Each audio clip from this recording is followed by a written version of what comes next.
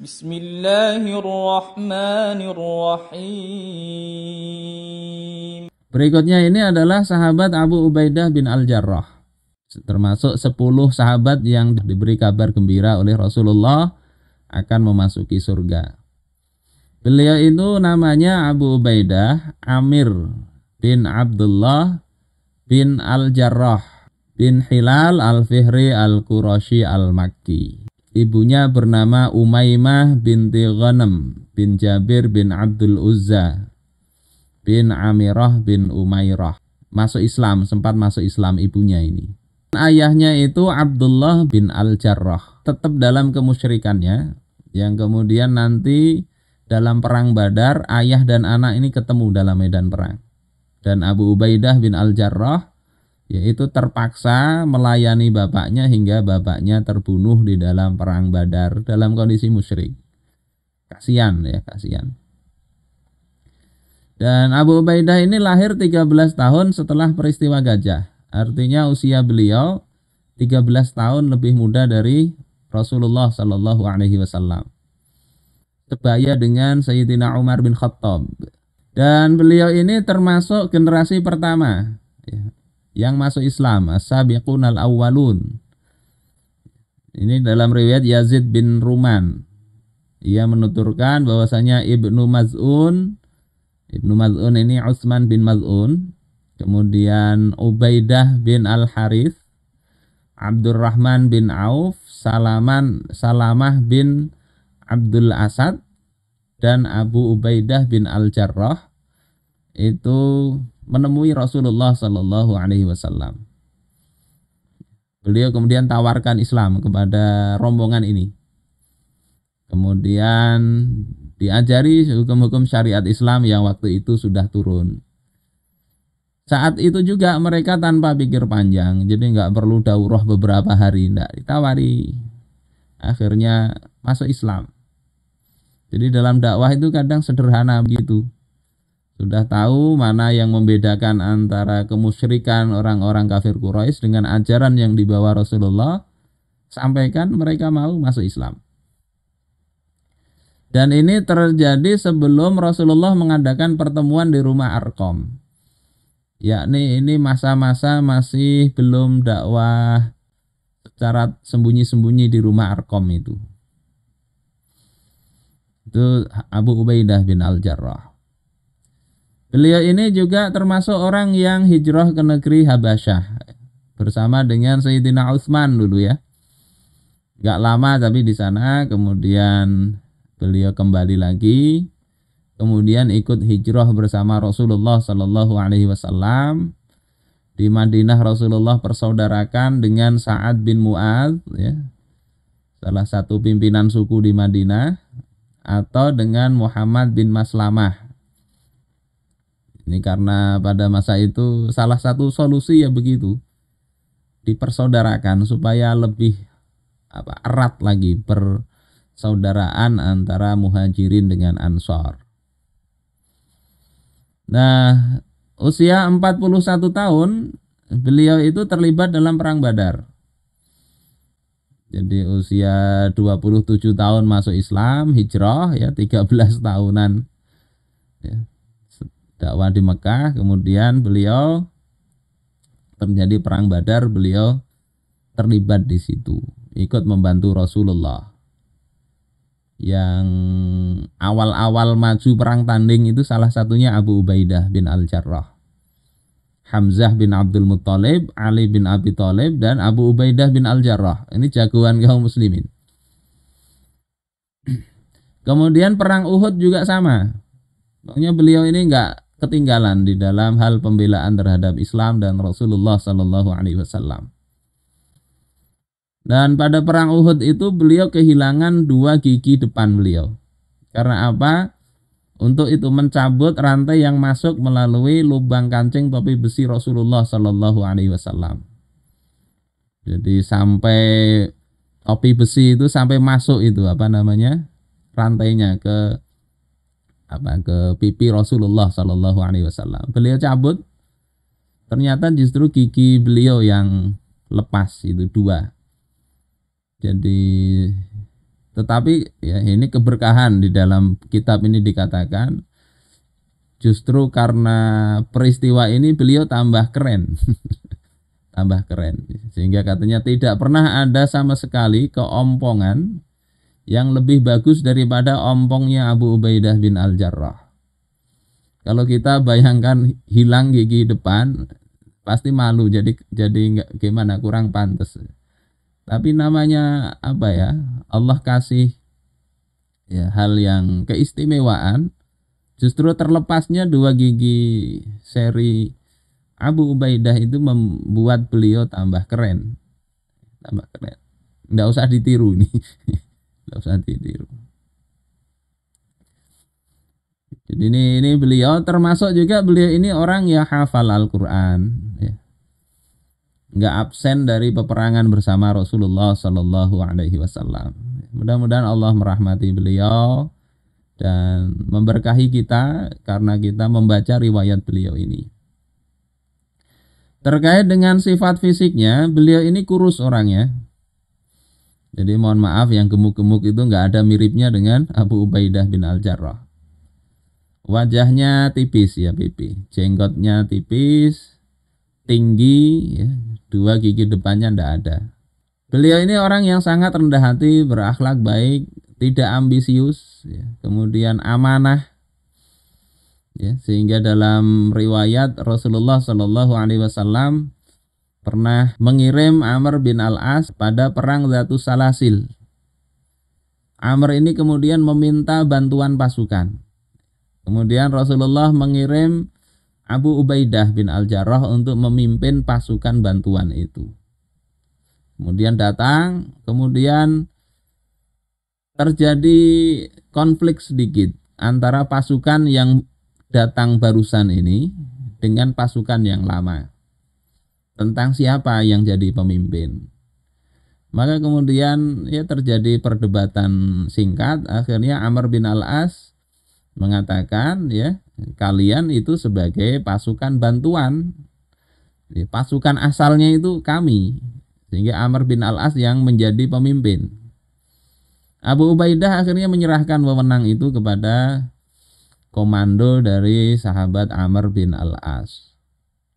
Ini menunjukkan apa? Kelapangan hati beliau. Tidak ada ambisi untuk menjadi orang yang terdepan di dalam hal kepemimpinan. Begitu juga saat pengepungan Damaskus. Beliau itu ketika masa Khalifah Umar dikasih tugas ya untuk menggantikan Khalid bin Al-Walid sebagai pimpinan pasukan pada saat perang sedang berkecamuk. Beliau kemudian, ini kebijaksanaan beliau ya, tidak kemudian mentang-mentang sudah dapat perintah kemudian ya sudahlah ku ambil alih, enggak begitu. Beliau berpikir panjang. Ini kalau sekarang diambil alih ini nanti dalam suasana perang ini bagaimana? Mensinkronkan kembali itu enggak segampang kita membalik telapak tangan. Akhirnya beliau biarkan dulu sampai peperangan usai, baru kemudian beliau serahkan surat ya perintah dari Khalifah Umar. Dan subhanallah Khalid bin Al-Walid enggak apa-apa. Enggak kemudian mengklaim ini jasaku ini tadi yang menang perang ini, enggak. Itu orang-orang ikhlas itu begitu. Enggak peduli jabatan apapun, mereka tetap berjuang di jalan Allah Subhanahu wa taala dengan segenap tenaga mereka. Di antara pujian Rasulullah ya, di samping janji atau kabar gembira akan adanya masuk surga nanti kepada Abu Ubaidah, yang paling terkenal Abu Ubaidah itu dikenal sebagai aminu hadhil ummah, orang yang amanah, orang kepercayaan umat ini. Ini dalam Sahih Bukhari. Kata Rasulullah, inna likulli ummatin aminan. Sesungguhnya setiap umat itu ada kepercayaan. Ada orang terpercaya. Wa aminu hadhil ummah Abu Ubaidah ibnul Jarrah. Orang kepercayaan umat ini adalah Abu Ubaidah bin Al-Jarrah.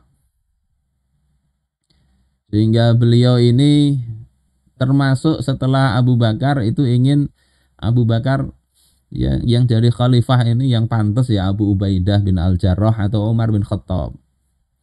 Begitu juga ketika Umar itu mau waktu memikirkan pengganti, beliau katakan Abu Ubaidah ini paling cocok jadi khalifah setelahku. Jadi ini sifat amanah Abu Ubaidah bin Al-Jarrah. Sehingga ketika ada utusan dari Najran meminta agar diutus kepada mereka orang yang benar-benar terpercaya, maka Rasulullah SAW katakan, sungguh aku akan mengutus bersama kalian seorang kepercayaan yang benar-benar terpercaya. Orang-orang waktu itu penasaran, siapa kira-kira yang diutus Rasul? Maka Rasulullah kemudian mengatakan, berdirilah wahai Abu Ubaidah.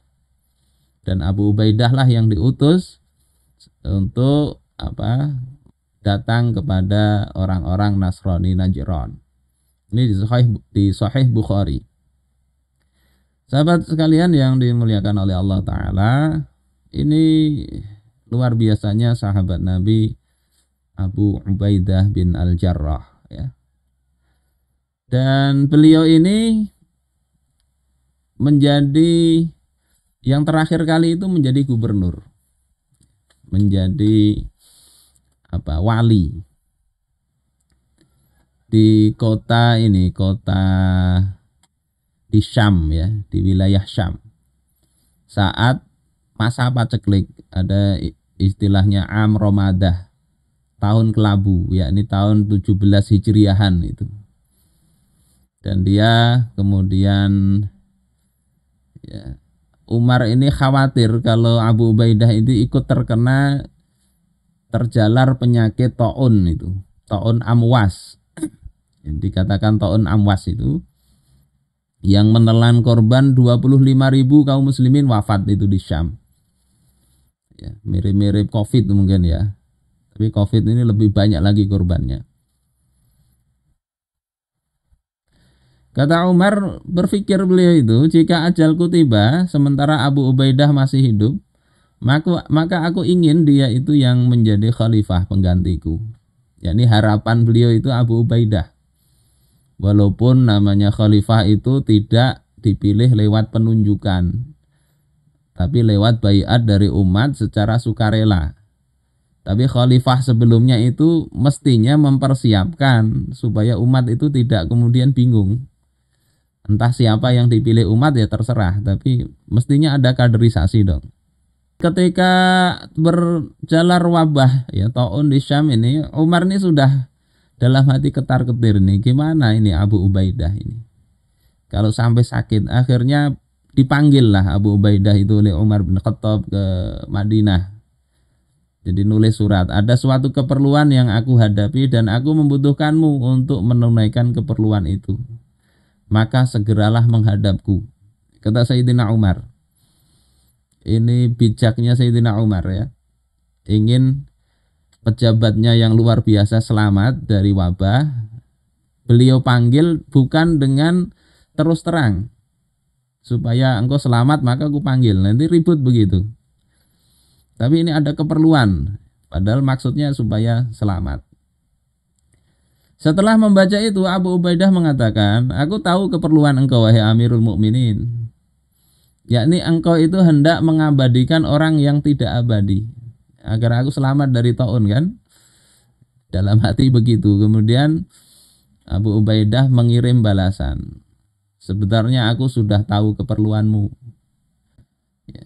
Maka aku berharap kamu dapat membatalkan keinginanmu kepadaku.